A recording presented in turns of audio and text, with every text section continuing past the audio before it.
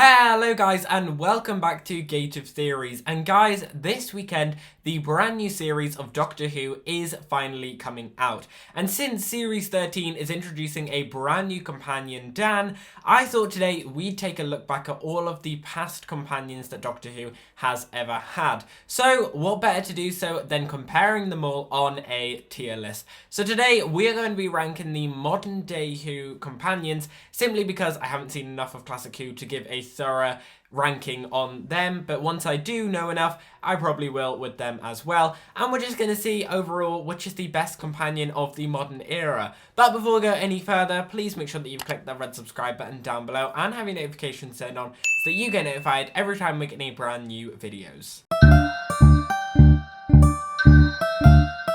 Okay, so here we are in the tier list. Now, firstly, what am I actually classing as a companion on this list? I'm going to be classing anyone who has travelled with the Doctor in the TARDIS and has appeared in more than one episode. So it's not any companions from the Christmas specials. We're not having companions like Kate Stewart or Osgood or Harriet Jones, Pete Tyler or anything like that. And it's not going to involve companions from spin-off shows such as Gwen Cooper or Luke Smith. However, if they have travelled with the Doctor throughout the modern era, then they're going to be on this tier list and I'm going to class them as a companion. And just before we go any further, this is just my very own opinion. I probably have a very different opinion to most people on these companions. So let me know all your thoughts about where you would rank these down below in the comments. And if you want to check out this tier list for yourself, there'll be a link in the description. So let's get on with ranking the first companion. Now, I've basically ordered these in order of when they become a companion. You'll see here that I've put Donna after Martha. Even though Donna was introduced first before Martha, I'm classing her as becoming a companion in series 4. So first we have Rose. Now, I know lots of people don't really like Rose for reasons because she was the first companion to ever really have a love relationship with a Doctor, but I thought it worked with her, and I thought her and Tennant's chemistry worked so well. I didn't really like when they tried to get her and Christopher Eccleston to be a bit more romantic with each other. I don't think that worked, but I really do like Rose as a companion, and I think as the first companion to kind of kickstart off the modern era, she does really well. She's in some great episodes. I love the Tyler family, love her against the Daleks, against the Cybermen. I love when she gets trapped in the parallel world, and it is the most emotional and amazing thing when she returns in the Stolen Earth. So for that reason, I think Rose is going to be an S tier for me personally. I've always loved her, and I grew up with her as my first ever companion. Next we have Mickey. Now, I'm not going to get into Noel Clarke himself. By the way, for all of these, in fact, I'm only focusing on the character and not the actor. So just forget about that for now. We're just focusing on Mickey. Personally, I really liked Mickey. Like, I think he is one of the characters where in the beginning, he was so annoying. In that first episode when he's swallowed by a bin, I'm like, oh, what is this character going to be like? Then in series 1, he's just quite funny, isn't he? Like, he's played as that hilarious character. But by series 2, when he returns after being in the parallel world with the Cybermen, and then in series 4, when we see him just shooting Daleks left, right, and centre, and we see him get married to Martha, fighting the Centaurans, I think Mickey turned into a really, really great companion. Is he as good as Rose? I think if he'd actually had time to properly spend time with the Doctor when he's the cool Mickey that we all love, then I think he'd be higher. But since we only really got to see him be his like full confident self when he's not travelling with the Doctor, for that reason, I think he's going to go in the A tier. Next we have Adam. Adam's a very strange companion because he was only really with the Doctor for 2 episodes, but I'm still classing him as a companion from the rules that we discussed earlier. Adam, I think, worked really well in the first episode he was in. In Dalek, I think his chemistry with Rose worked really well. He does what the character is meant to do in that episode. But then they brought him on for the Satellite 5 episode. I do really like the Satellite 5 episode, but Adam is not the highlight of it, and he kind of just felt like a waste of space, as in the Doctor and Rose really didn't need him, and there was no real point of him being there in the first place. So for that reason, Adam, he's going to go in D tier. Like, he's just not a very enjoyable companion for me. Next we have Captain Jack. Now, I will say for Captain Jack and for Sarah Jane and even Martha, I am going to be including any spin-off shows that they've been in because technically that's Modern Who. Captain Jack I love in the show. I don't actually like him as much in Torchwood. I think in Torchwood the other characters actually shine out from him a lot more. I've always thought Gwen Cooper is amazing in Torchwood and much better than Jack himself. But Jack in Doctor Who is really, really great. When he's first introduced in The Empty Child, just his flirty banter that he has with Eccleston and Rose is just brilliant, and I love that about him. I think all of his future appearances when he returns in The Master and how Torchwood Series 1 basically ends with him here in the TARDIS and then him running across, and his chemistry with Martha I just think works amazingly. And I think when he returns to Series 4, it's incredible. But then he returned in Revolution of the Daleks. Whether this is just Chibnall or not, I feel like he was so underused in that episode that it just didn't really make any sense. Like, we'd had so much hype of him returning in Fugitive of the Jadoon, and then in Revolution of the Daleks, he just wasn't the same Jack that we always knew and loved, and he kind of felt a bit unused. So for that reason, I'm not going to say that Revolution of the Daleks completely like ruins the character for me. Obviously it doesn't. But I'm going to say Jack's a B tier. Like, sometimes I love him, sometimes he's not my favourite. Next we have Jackie Tyler. Now, as a companion, she's not really the best. She's quite hilariously funny towards Tennant when she finally becomes a companion and travels in the TARDIS for the brief odd episode, even if it's accidental, in like Army of Ghosts and Doomsday, and in Stolen Earth and Journey's End.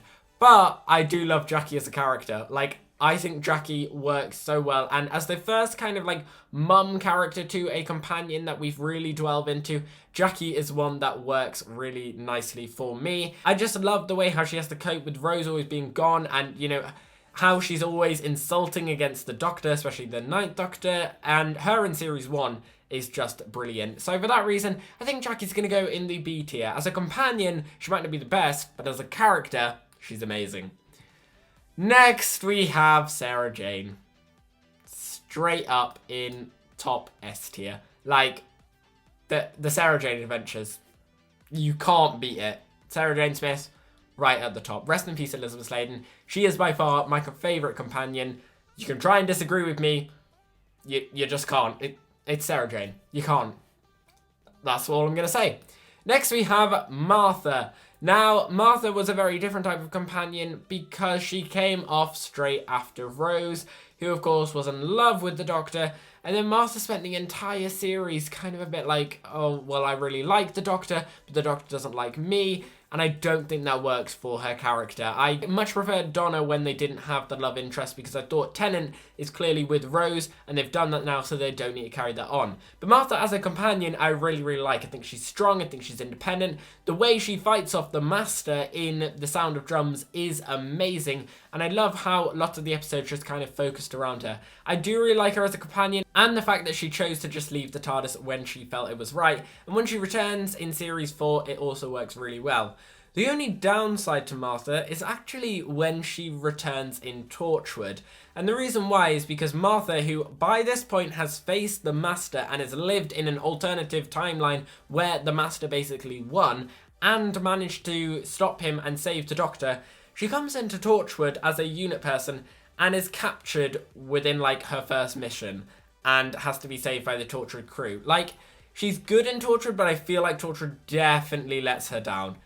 Because Martha just is way stronger and Torchwood treats her like she isn't as strong as she should be. So for that reason, she's going to go in the A tier. I don't think she's as good as Rose. Lots of people disagree with me on that, but that's where I'm going to put Martha. Next we have Donna. Now Donna is of course most people's favourite Modern Who companion, and she is mine as well. I just love her. I think she's better than Rose. When she first appears in The Runaway Bride, she isn't really the best, but ever since she came into Series 4, she was just incredible. Like, I love Catherine Tate and David Tennant's banter that they have with each other. I think it works so well.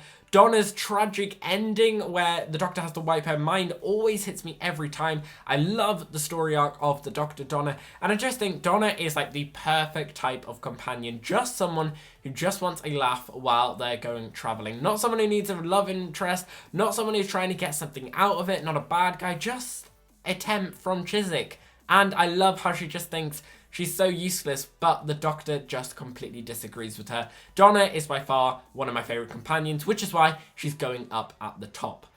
Next we have Wilf.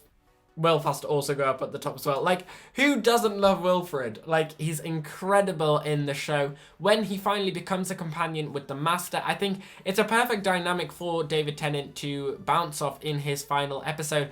And you just feel so sorry for Wilfred when he's upset. For example, in Turn Left, when he realizes what's going to happen and things are repeating like they did in the war, when he has to finally give the Doctor his gun, it's like, you better take it because I know you can only be the one who's going to protect us. When he knocks on the 4 doors to let the Doctor out and the tragedy he feels when the Doctor is dying in front of him. And that bit at the end when he salutes to the Doctor when the Doctor is going to regenerate and Wilf knows he's probably never going to see him again. I just love the characterization that Wilfred has, and for that reason, he's just brilliant. And I also love the banter that he has with Donna.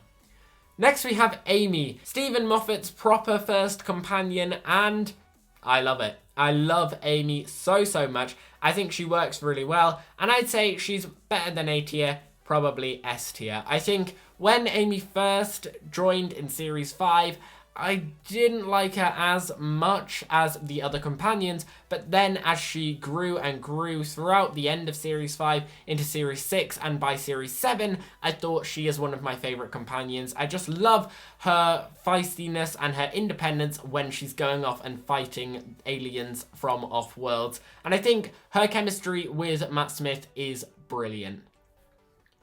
Next we have Rory. Rory is usually the forgotten companion compared to Amy and River and the other 11th Doctor companions, but I think Arthur Darvill does really well at playing Rory, and I do really like his character. He's definitely much better after Series 5. I think in Series 5, we kind of all just knew him as Amy's boyfriend, and he wasn't really that good in any of those episodes.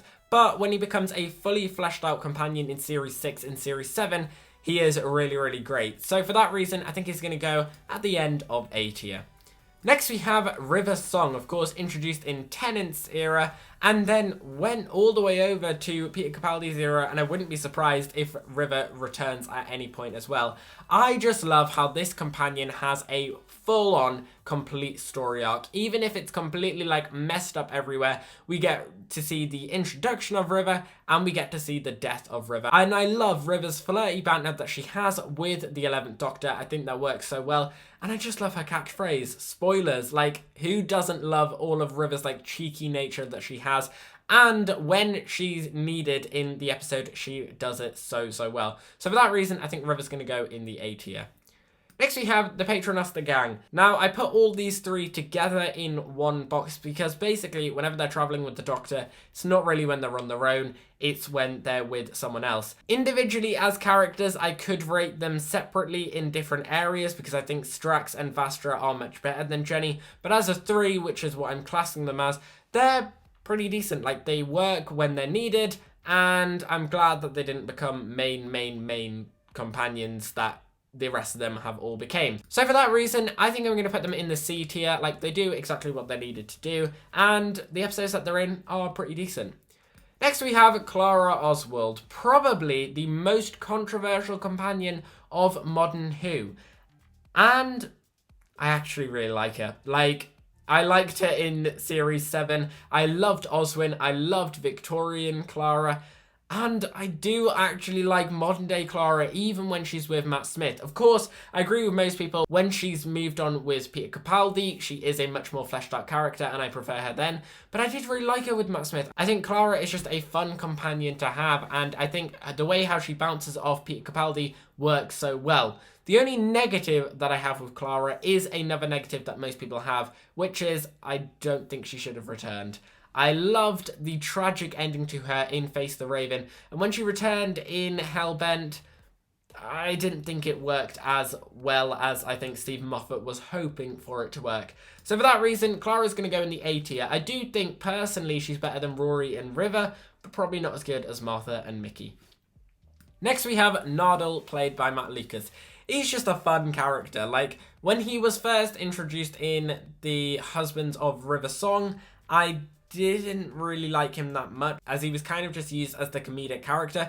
But in Series 10, I thought he's actually fleshed out as a full-on character, and he's pretty decent. He's obviously not as good as the rest of these characters, because he was never really the main companion. He was kind of just always the side companion. So for that reason, I feel like his rating goes down lower for me. So I'm going to put him in the B tier. Next we have Bill Potts. I actually thought Bill Potts was a pretty decent character and definitely worked for a one series run. I didn't think she'd probably work as well if she returned in any future series, and I thought her story arc was pretty good. I really loved the tragedy when she realizes that she's been turned into a Mondasian Sideman. I love how she kind of like questions all of the Doctor's intentions, like, have you ever killed anyone? Whereas the other companions kind of just like let the Doctor do what the Doctor wants to do. So I like that about her. I don't think she's as good as the rest of these characters, but I'd say she's better than Nardole. Like, I like the episode she was in. And finally, we have all of the series 11, 12 and 13 companions, Jodie Whittaker's ones. Let's start with Yaz. Now, unlike the rest of these two, Yaz is arguably the most hated companion in Jodie Whittaker's era, simply because she doesn't really have much character development at all, and she kind of feels a bit useless. But hopefully in Series 13, she will feel a bit more used. However, I don't think she's actually that bad. Like, I kind of like Yaz. I know lots of people would disagree with me. Of course, she's not as good as these lot, but I'd say she's B tier. Like, I don't think she's the worst companion we've ever had, and I don't think she's the best companion we've ever had. However though, Ryan, which some people really liked in Series 11, I did too, Series 12 absolutely ruined him. His story arc was something about like shooting a basketball hoop or something. Like, even Yaz had a better story arc than him, and I can't even tell you what Yaz's story arc in Series 12 was. Ryan, unfortunately for me, I'm very glad that he left at Series 12, because in Series 12, he just went downhill. He really, like, he became annoying in the scenes. In Orphan 55 especially, and many other episodes, I just thought to myself, Ryan, what are you doing? Like, you've gone from being quite a decent companion in Series 11 to a companion where you kind of just feel like, I don't want him to be traveling with the Doctor anymore because he's annoying me. So for that reason, I'm afraid I'm going to have to put Ryan in the D column. I thought in Series 11 he was alright, but in Series 12 he just got so bad that I'm so glad that he finally decided to leave. To be honest, the only positive thing that I can really say about this character is he actually decided to leave the show, and I thought that was a good thing to do. And finally, we have Graham, who of course left in Series 12, but I'm pretty sure there's been leaked footage that he is also going to be in Series 13. Graham, of course, is better than Yaz and Ryan. He's just a really nice old man who we all really love. I think when he loses Grace, it's really tragic for him, but of course he's not going to be as great as the rest of these companions. I'd say he's probably higher than Bill and Nardole, but definitely B tier. But anyway, guys, that is the end of this video. I hope you have enjoyed it. If you have, make sure that you smash that like button down below and subscribe to the channel if you haven't already. Guys, do you agree with my tier list? Do you agree I've put all of the companions in their right place? Or feel free to disagree with me and let me know where you would place your companions in your very own tier list, and tell me about it all in the comments below. And as always, we've been here on Creative Theories. Thanks for watching, and I'll see you guys later. But